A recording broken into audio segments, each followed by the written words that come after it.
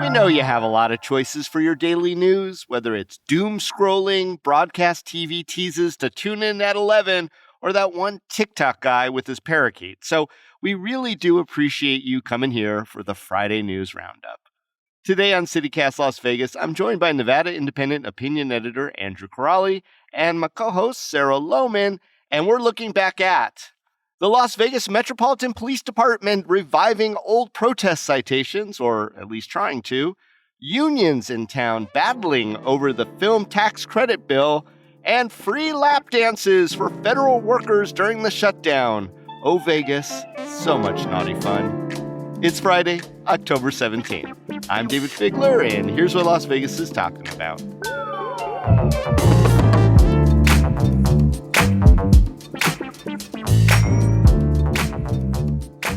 Sarah and Andrew, welcome to the Friday News Roundup. Good morning, Hey, good David. morning. Andrew, this is my first time back since your title change. You I know, very cool exciting. It's my curator I'm culture. slowly approaching my final form. I don't know what it'll be, but yeah, very excited. That's going to be great. I hope it's a battle bot. Yeah, exactly. And- Check back in 3 months. I'm betting all my money on the Andrew bot to win, just for sheer force of wit. Optimus Corrali. You know, we like to start these Friday News Roundups with something called the Hot Headline. Hot headline. What did you do That's without it. me? That's all I care about. Well, actually, Layla Muhammad, our intrepid producer, did a very good Sarah Lohman impression for the Hot Headline. And I got to say, it's one of my Layla. favorites, but nothing like the original. So this is an easy breezy one. Congrats to the Las Vegas Aces who have won their third title in 4 years. Yes. Oh, Very boy. exciting. Talk about a hometown favorite. You know, people are using the D word, dynasty, and they did Ooh. complete I didn't know what the D word sweep. was, David. It's dynasty. Get your Okay. mind on the dynasty. It was a sweep. Grab the Oh, my brooms. It was a gosh. sweep of the Phoenix Mercury. They didn't hold a chance.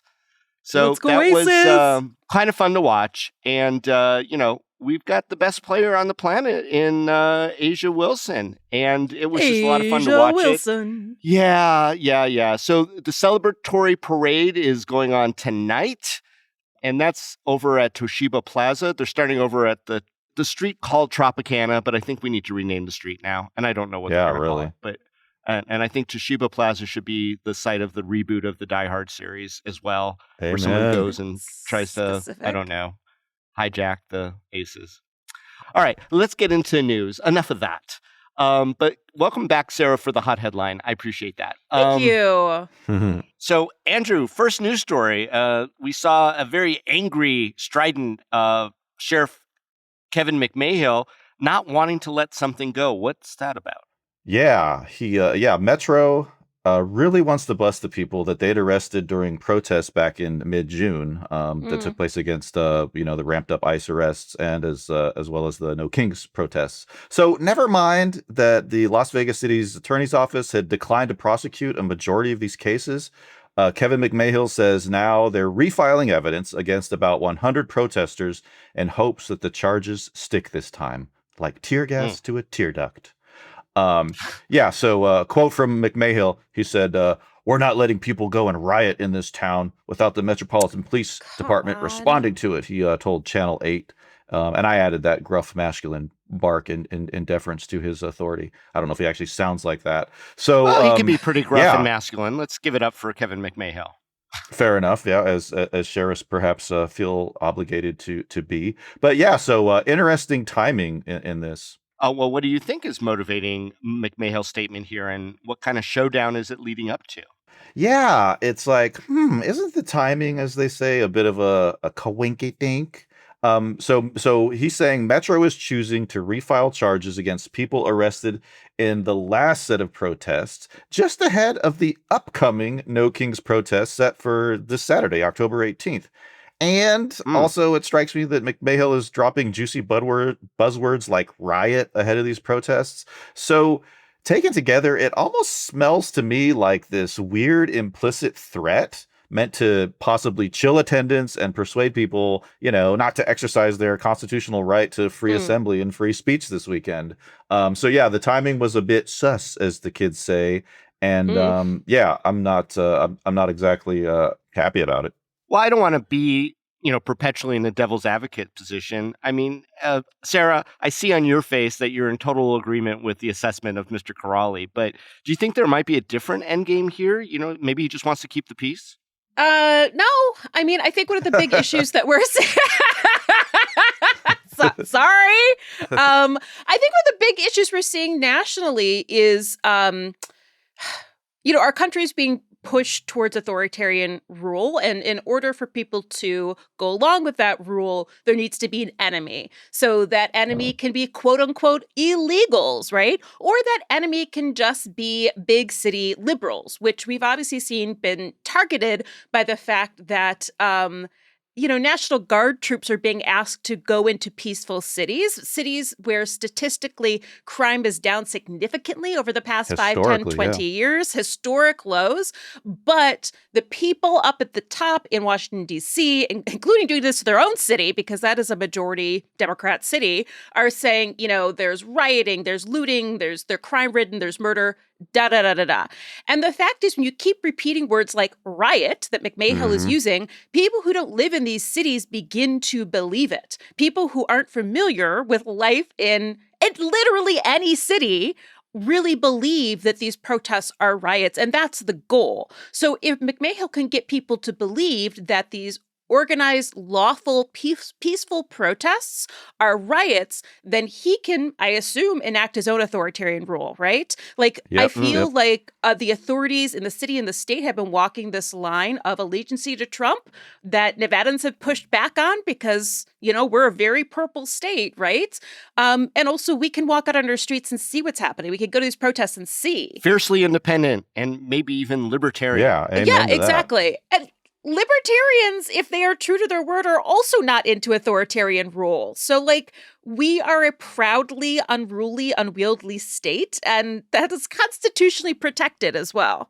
Sarah, those are great comments, and I feel like McMahill in dropping the R word riot is part of this, attempt to own the narrative that these protests are about, hating America and that they're, violent and associated with Antifa and terrorism and all that stuff. And which so, is not an organized thing. I hate the fact that people are like violent. Yeah, thank you. It's not a group. And is there anything more American than expressing your First Amendment right to protest, to seek redress from your government when you feel that they're overreaching than this?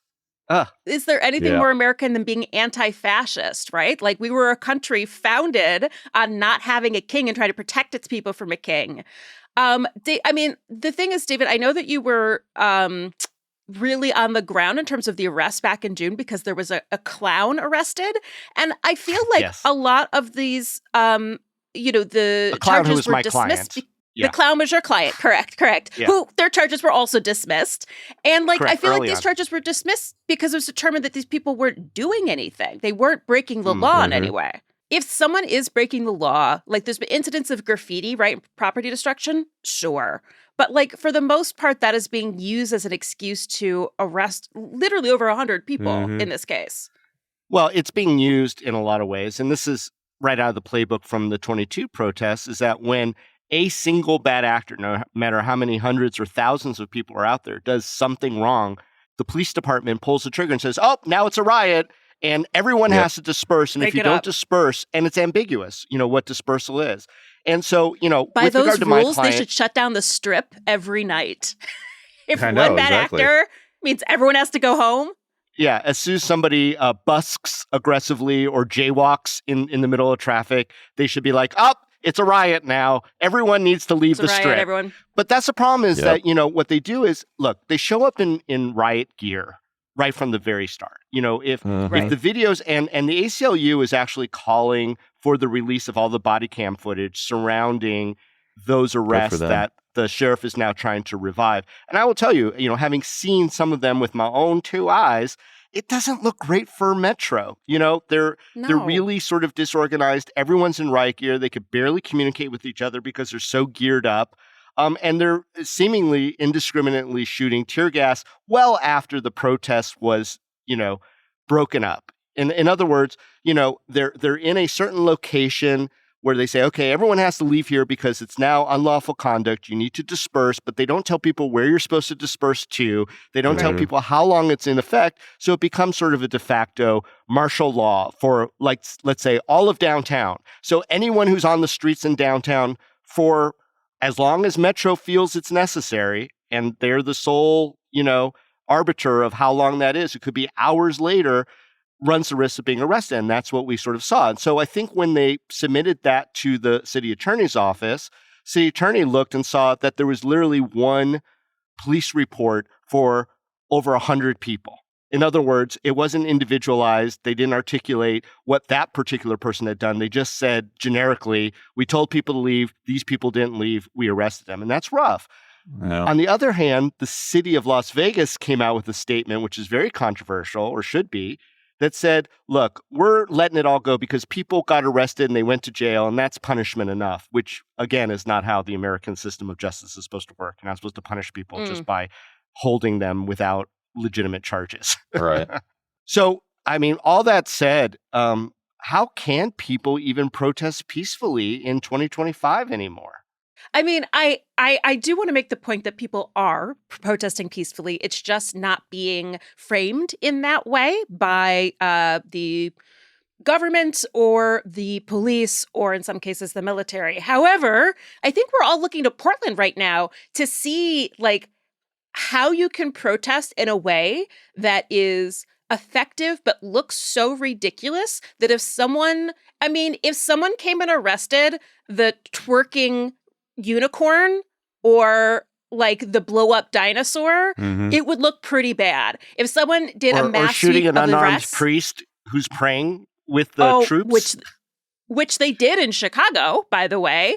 They threw tear gas at his face. It was pretty bad. They shot him in the head with a pepper ball. Yeah, they shot him in the head with a pepper ball. Fucking hell.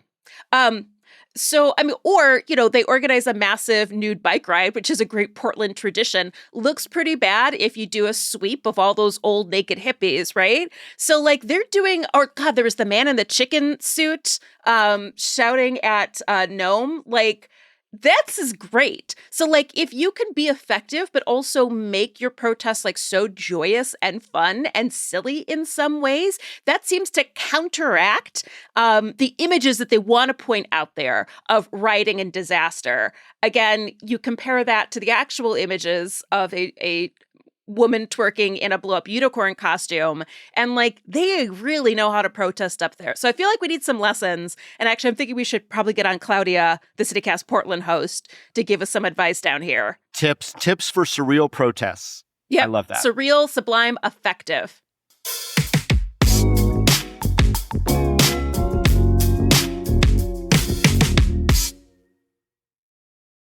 Hi, I'm Michael Ziviak, Chief Revenue Officer of CityCast. Why do most of us want to learn a new language? It's because we want to speak it out in the real world with real people. Babbel gets you there fast. My daughter's a senior in high school, and after she graduates, we're taking a father-daughter trip to Spain. I know, she's spoiled, but that's on me. I'll be honest, my Spanish right now is pretty much tops out at ¿Dónde está la biblioteca? But when we get there, I want to actually talk to people, order food, and really connect with the locals, not just stumble through the basics. That's why I'm starting with Babbel. Learning a language with Babbel is all about small steps, big wins, and progress you can actually track and feel. And with how busy things get here at CityCast, I love that Babbel's bite-sized, 10-minute lessons fit perfectly into my day, whether it's between meetings or while I'm having coffee in the morning. I'm really excited to start picking up real-world Spanish before our trip so we can experience Spain in a more meaningful way. Right now, Babbel has a special deal for our listeners. Get up to 55% off your subscription at babbel.com/citycast. That's BABBEL.com/citycast for up to 55% off. Rules and restrictions may apply. Gracias and adios.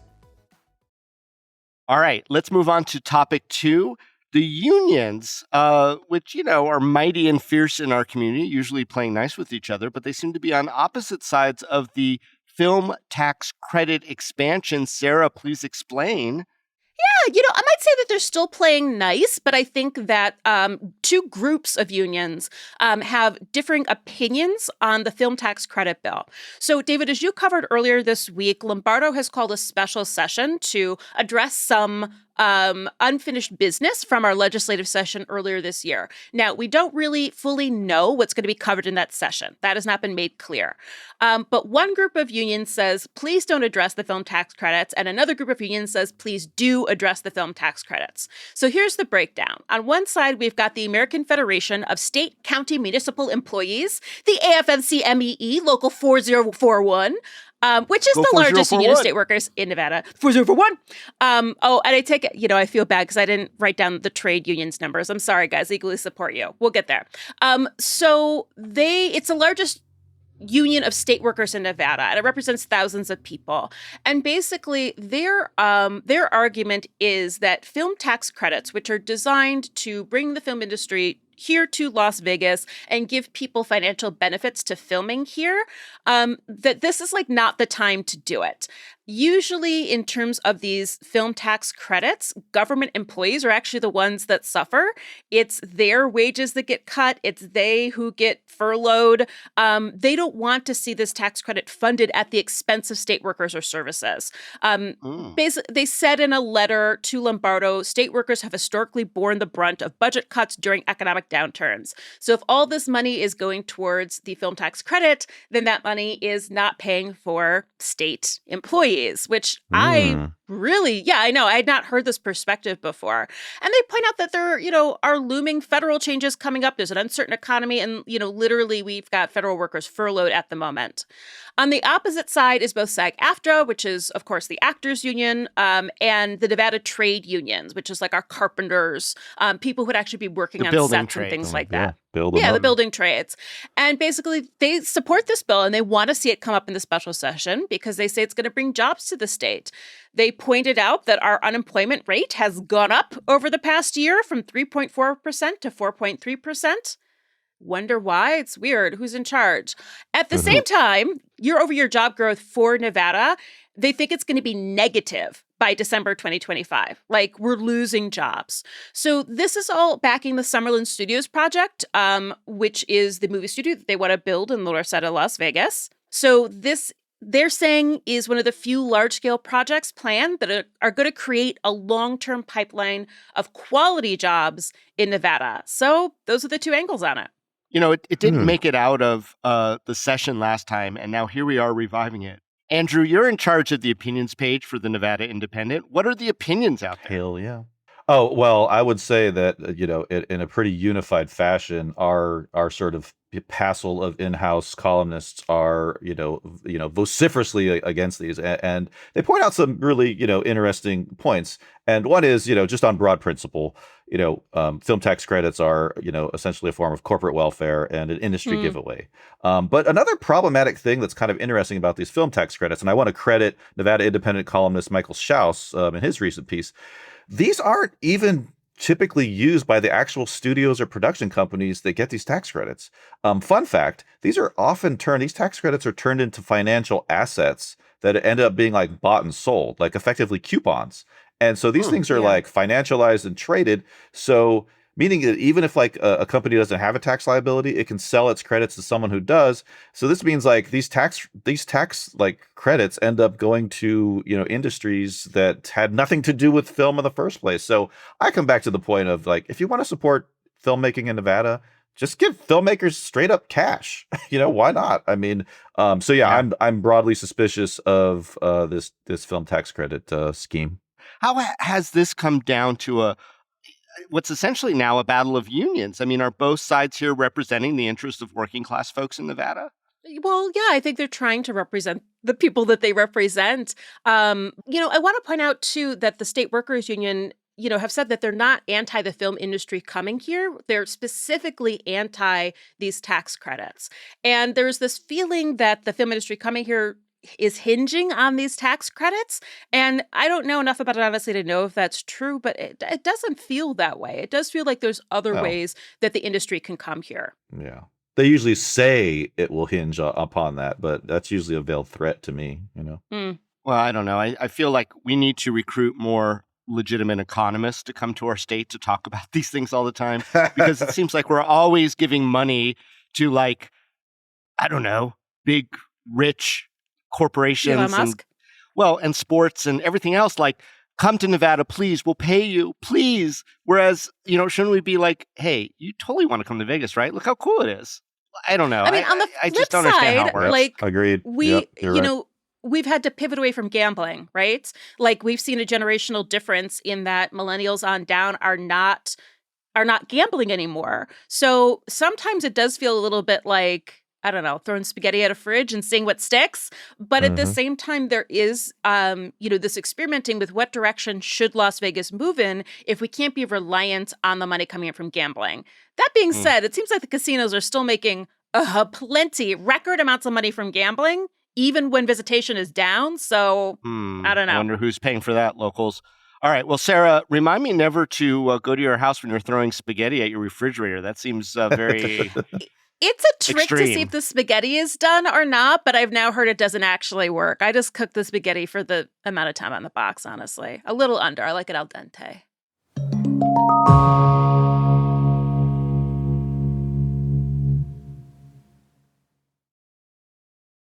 All right, let's move on to the last topic. And here's the one that I'm going to take. Not much needs to be said about it. In lieu of the shutdown, a lot of federal workers are on furlough. And so to the rescue comes the Crazy Horse 3 Gentlemen's Club, offering a free lap dance to any federal worker who can show that they have been affected by the government shutdown. They have to bring an email? They have to bring that email. Quote the operations manager. I don't think it's going to solve any of their problems, but if they can take a little bit of time during the day and just not think about it, why not? Oh, come on. That's nice. Exactly. They lost their job, but they'll get a raise. Okay. Good morning, Las Vegas. Pew, having pew, been pew. a person who represented folks in the sex industry for many years as I did, I will say this. There's no such thing as a free lap dance. What sort of jerk doesn't give a tip to the dancer after they've just done, what they do best? Furloughed. I get they've been furloughed. It's like, hey, thanks for the free lappy. Like, come on. That's a worker too. I get it. They want to. Maybe they have to offer it, and then the worker would have the option to turn it down. I think that'd be a better way to approach it. But again, don't be a jerk and take a free lap dance without tipping your dancer. Fair enough. And to be fair, it does seem like it's a kind of a ploy to get people in, and you're going to buy drinks, and then you're going to spend money, which is not good for a furloughed worker. But I do Crazy like Horse the idea. 3, you're so tricky. I do like the idea of like, oh, well, maybe it'll just distract them for a moment. That's nice. I guess the question is, are we over these kind of stunts, or does it continue to just delight us? I'm sorry. Where do we live? You're delighted. Continues to delight. Do we still live in Las Vegas? Yeah. Have we ever turned down a stunt? Well, no, I don't think we have. Literally the city of Evel Knievel jumping over the Bellagio or not jumping over the Bellagio. Like, we love this shit. Yeah. Well, what other giveaways do you think there should be for our furloughed federal workers? And I want Vegas answers only. Only in Vegas type answers. Oh, so not just their paychecks that they need? Yeah, no, their paychecks would be a really nice giveaway. Sure. All right, here's one. The furlough free fall. Free sky jump rides on the Strat for furloughed federal workers, so they can physically recreate the vertiginous panic of their occupation existing at the whim of a viciously mercurial senile tyrant. I love my poet, Andrew Corrali. He's the best, man. You are a treasure. You need to, if you ever get furloughed from anything, we will take care of you, Andrew Corali. Protect Andrew Corali at all costs. Yeah. National treasure. How about it, Sarah? Well, David, this one is sort of inspired by you because you, I think, rightfully point out that we should be taxing our casinos more on those profits. So you know what? Let's take those theoretical taxes and they have to pass them out in vouchers to furloughed workers and give them a chance to win back their wages. That feels pretty in line with capitalism, right? Yeah, that's going to go horribly wrong, but I love the theory behind it. Thank you. Yeah.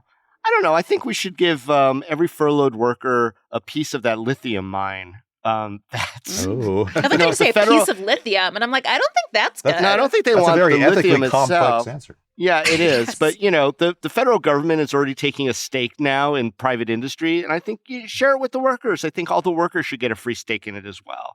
Fair Let enough. them, if the government's benefiting while laying them off, they should be able to benefit as well. And you get some lithium. You get to take home some lithium. There you go. And you get some lithium. And you get lithium. Everyone gets lithium. Look under your chair right now. There's lithium. Look under your seats. There's lithium. The sticker on your computer will say, "There's furlough inside." Oh, boy. All right. Well, I think that's it for the news roundup. Sarah and Andrew, thank you so much for joining us on this very spirited conversation as Thank Las you. Vegas moves forward. And you know what? I'm just going to say this at the very end. Sarah, you said, like other big cities, and I love that Las Vegas is now lumped into big Aw. cities. So We thank are you a big city. I love that. Yeah. And before you go, we've got a few shout outs from our neighbors. Sarah, you want to jump on that?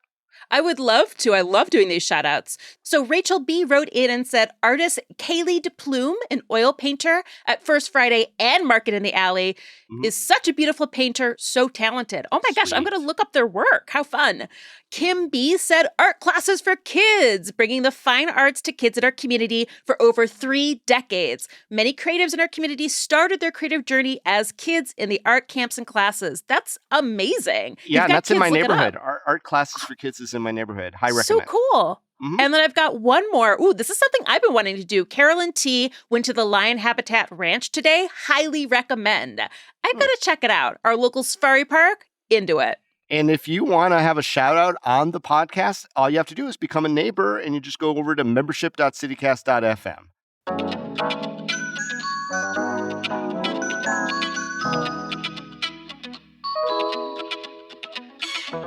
And that's all for today here on CityCast Las Vegas. Our executive producer is Sonia Cho Swanson. Our producer is Layla Mohammed. Our newsletter editor is Rob Cachorese. And our hosts are Sarah Lohman and me, David Figler. Music is by OG Moose, Arthur Benson, courtesy of Epidemic Sound, Brent Busby, and All the Kimonos. We record the show on the traditional homelands of the Nuuvi, the Southern Paiute people. Look it up, see how they've stewarded this land, and please support them. If you enjoyed the show, why not tell a friend? You could also rate the show, leave us a review, and subscribe to our morning newsletter, Hey Las Vegas. And don't forget, you can support this show and get some great perks by becoming a CityCast Las Vegas neighbor at membership.citycast.fm. We'll be back Monday morning with more news from around the city. Till then, stay lucky.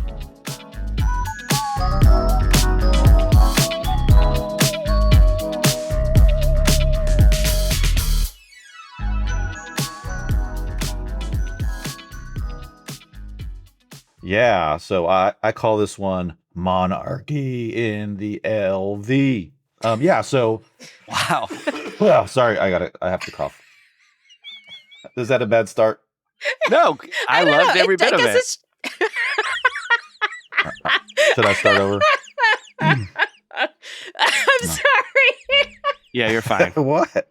But you very much tickled the fancy of Sarah Lohman, and there's no turning back once that happens.